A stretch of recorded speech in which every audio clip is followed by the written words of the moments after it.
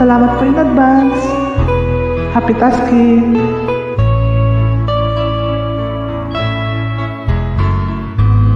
Palagi ko nang pinagmamasdan ang iyong kagwapuhan, at lagi ko nang napapansin bawat ngiti mo sa akin. Dahil sa ikaw pala ang tibok ng puso ko, agad-agad nabighani ang damdamin ko.